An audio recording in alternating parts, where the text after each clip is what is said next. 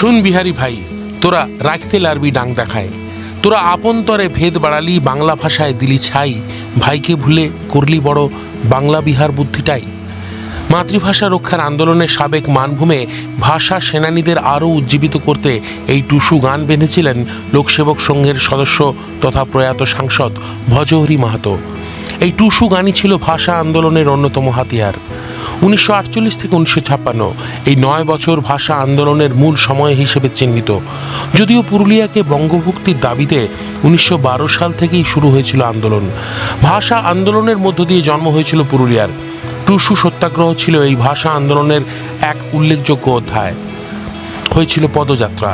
বৈশাখের কাঠফাটা রোদ্দুরে 1956 সালের 20 এপ্রিল বঙ্গ সত্যাগ্রহ অভিযানে পুরুলিয়ার পুঞ্চার পাকপিড়রা থেকে কলকাতা পর্যন্ত পদযাত্রা করে সেখানে আইন অমান্য হয়েছিল।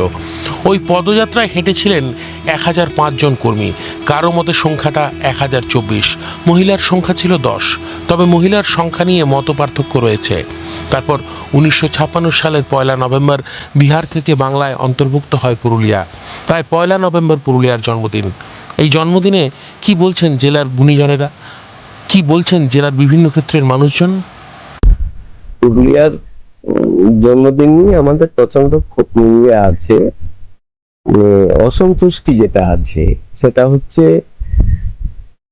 সেই 1956 সালে যে দীর্ঘ পর্যন্ত যে দীর্ঘ আন্দোলন হয়েছিল তাতে ভাষাভিত্তিক প্রদেশ গঠনের সিদ্ধান্তকে কার্যকরী করার কথা আমাদের দাবিতে ছিল। মাতৃভাষার অধিকার দিতে হবে এবং এটা পশ্চিমবাংলার সঙ্গে যুক্ত করতে হবে মানভূমকে, বা 1912 সালে যে অংশটা বাংলা থেকে বিচ্ছিন্ন হয়েছে ধলভূম মানভূম সহ পুরোটাই।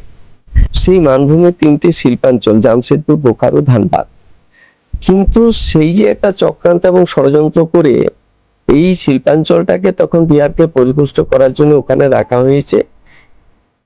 ওইদিকে আবার মানভূমের যে অংশটা বাংলা ভাষাভাষী এলাকা সেটাকে কিন্তু তাদের মাতৃভাষার অধিকার খর্ব করে দিয়েছে। এইদিকে যখন আমরা পুরুলিয়ার জন্মদিনে যখন এইদিকে আসছি তখন সম্পূর্ণ শিল্পাঞ্চল বিহীন করে পশ্চিমবাংলার সঙ্গে যুক্ত করেছে, কিন্তু মাতৃভাষার অধিকারটা আমরা পেয়েছি। কিন্তু মাতৃভাষার অধিকার পাওয়া হলেও বিভিন্ন সময়ে এই যে অধিকারটাকে কিভাবে নষ্ট করা যায় তার একটা গভীর চক্রান্ত এবং ষড়যন্ত্র চলছে।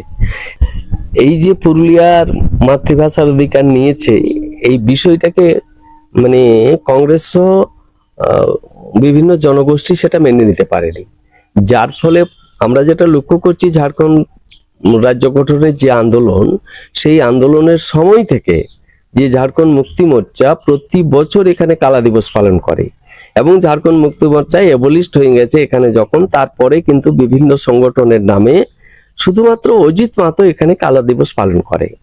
এখন আমাদের বক্তব্যটা আছে যখন এই আদিবাসী কর্মী সমাজের নামে আন্দোলন করছে আর কি এসটির আন্দোলন, তখনও কিন্তু ওই আদিবাসী কর্মী সমাজের নামেই তারা কালা দিবস পালন করছে।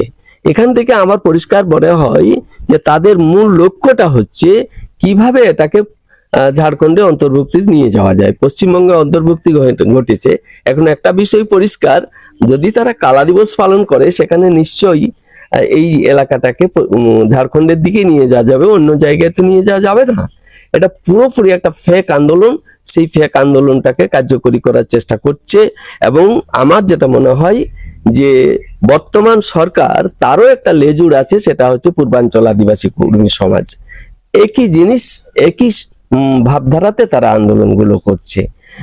বিষয়টা হচ্ছে এটা মানে মানুষকে বিভ্রান্ত করে অধিকারটাকে খর্ব করার চেষ্টা করছে। পুরুলিয়ার জন্মদিন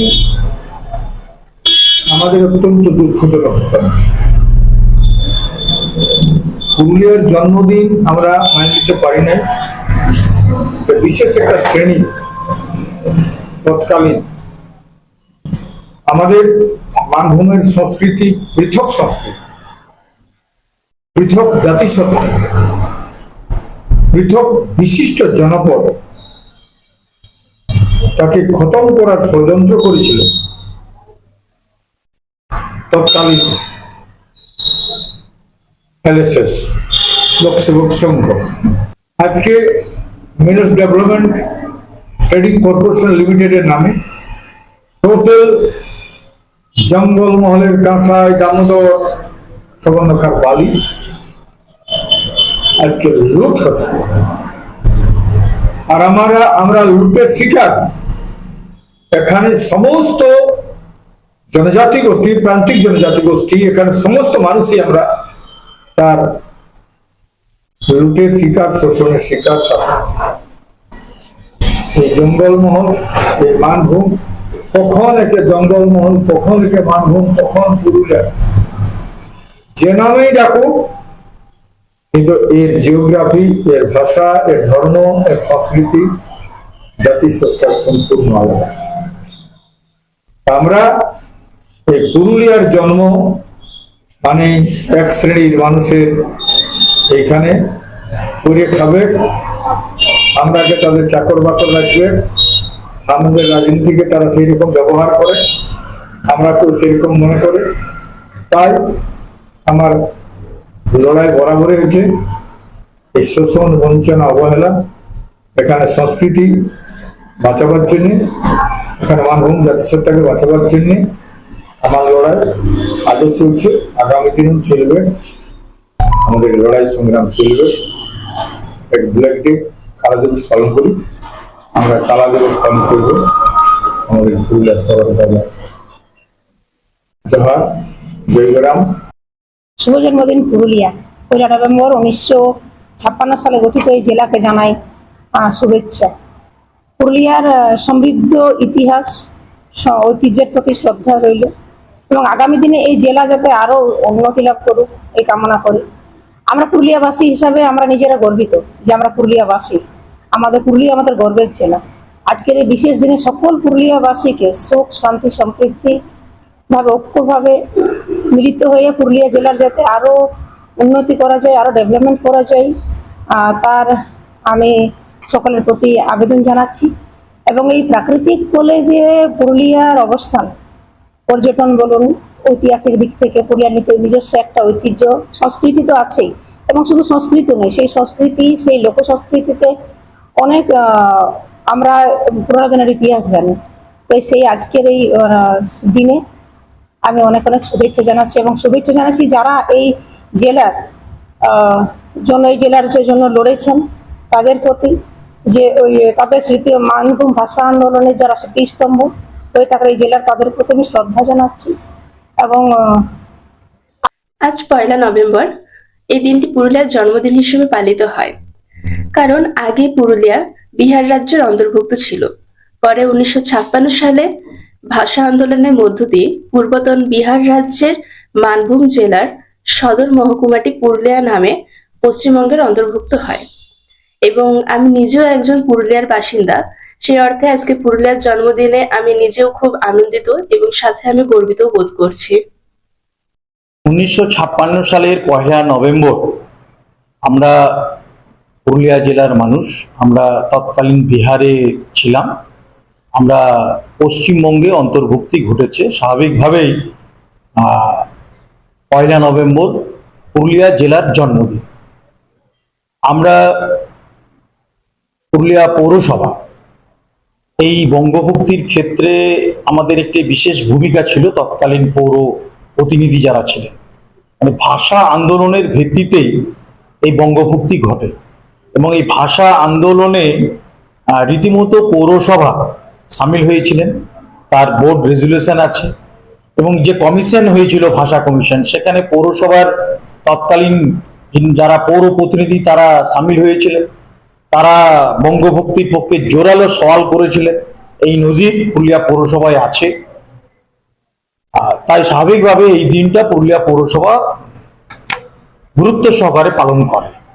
আমি বিশেষ করে পৌরপ্রধান দায়িত্ব নেওয়ার পর থেকেই এই বঙ্গভুক্তির আন্দোলনের পীঠস্থান এবং ভাষা আন্দোলনের পীঠস্থান পুরুলিয়া শহরের বুকে তেলকলপাড়া যে শিল্পাশ্রম, সেখান থেকেই শুরু হয়েছিল। এবং আমরা জানি যে আমাদের পদযাত্রা হয়েছিল ভাষা আন্দোলনে। আমরা এই শিল্পাশ্রমে গিয়ে আমরা যারা ওখানে আশ্রমিক তাদের সম্বর্ধনা জানাই। ওখানে নিবারণ চন্দ্র দাশগুপ্তর ওখানে রয়েছে, বসত ভিটে রয়েছে। এবং বহু সংগ্রামের ইতিহাস রয়েছে ওখানে।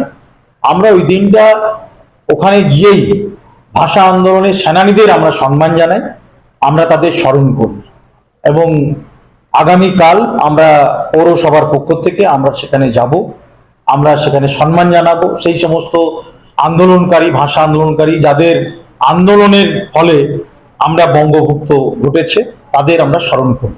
সাথে সাথে আমাদের সাহেববান্ধের যে সেলফি পয়েন্ট লাভ পুরুলিয়া, পুরুলিয়ার প্রতি ভালোবাসা, তাকে স্মরণ রেখেই আমরা আনুষ্ঠানিক উদ্বোধন করেছিলাম লাভ পুরুলিয়া লাভ পয়েন্ট।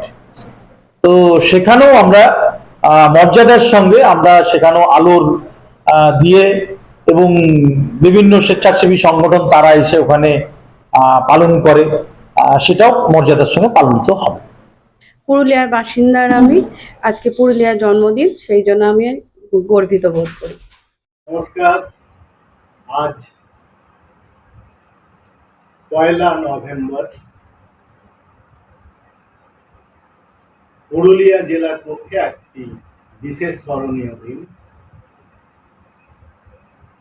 1956 সালে এই দিনটিতেই তৎকালীন বিহারের মানভূম জেলা হতে বিচ্ছিন্ন হয়ে আমাদের পুরুলিয়া জেলা সৃষ্টি হয় ও তার বঙ্গভুক্তি হয়। যেভাবে বাংলাদেশে ভাষা আন্দোলন হয়েছে, যেভাবে বরাক উপত্যকায় ভাষা আন্দোলন হয়েছে, ঠিক একইভাবে পুরুলিয়া জেলায় এক তীব্র ভাষা আন্দোলনের মাধ্যমে বহু লড়াই সংগ্রাম করার পরে শেষ পর্যন্ত আমরা আমাদের পূর্বপুরুষরা তারা কাঙ্ক্ষিত বঙ্গভুক্তি করাতে সমর্থ হয়েছিলেন। আজকের দিনে আমরা তাদেরকে শ্রদ্ধা ও কৃতজ্ঞতার সাথে স্মরণ করব এবং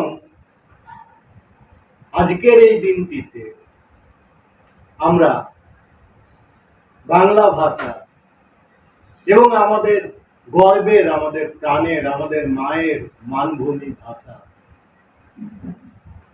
সেই ভাষার যে পরিসর বঙ্গভুক্তির ফলে তৈরি হয়েছে, সেটাকেও আমরা সযত্নে লালন করব এবং এগিয়ে নিয়ে যাব। আজ পুরুলিয়ার জন্মদিন। 1956 সালে 1 নভেম্বরে আমাদের পুরুলিয়া বিহার থেকে বাংলায় এসে পুরুলিয়া সন্তান হিসাবে আমি গর্বিত।